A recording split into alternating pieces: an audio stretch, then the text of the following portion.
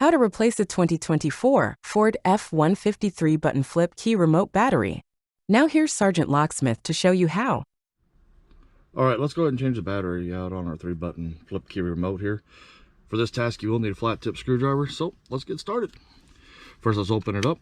After you open it up, you'll notice where the key sits in here, the back side of the remote. This doesn't have the Ford emblem, yours will, hopefully. If you look right in here, there's a little indentation. Push that and you should twist a little and she'll pop out. Once she does that, lift it open. You'll notice right here, the battery needs to be pushed that way, so let's go ahead and push it and lift up. Battery came out. It's a CR2032 battery.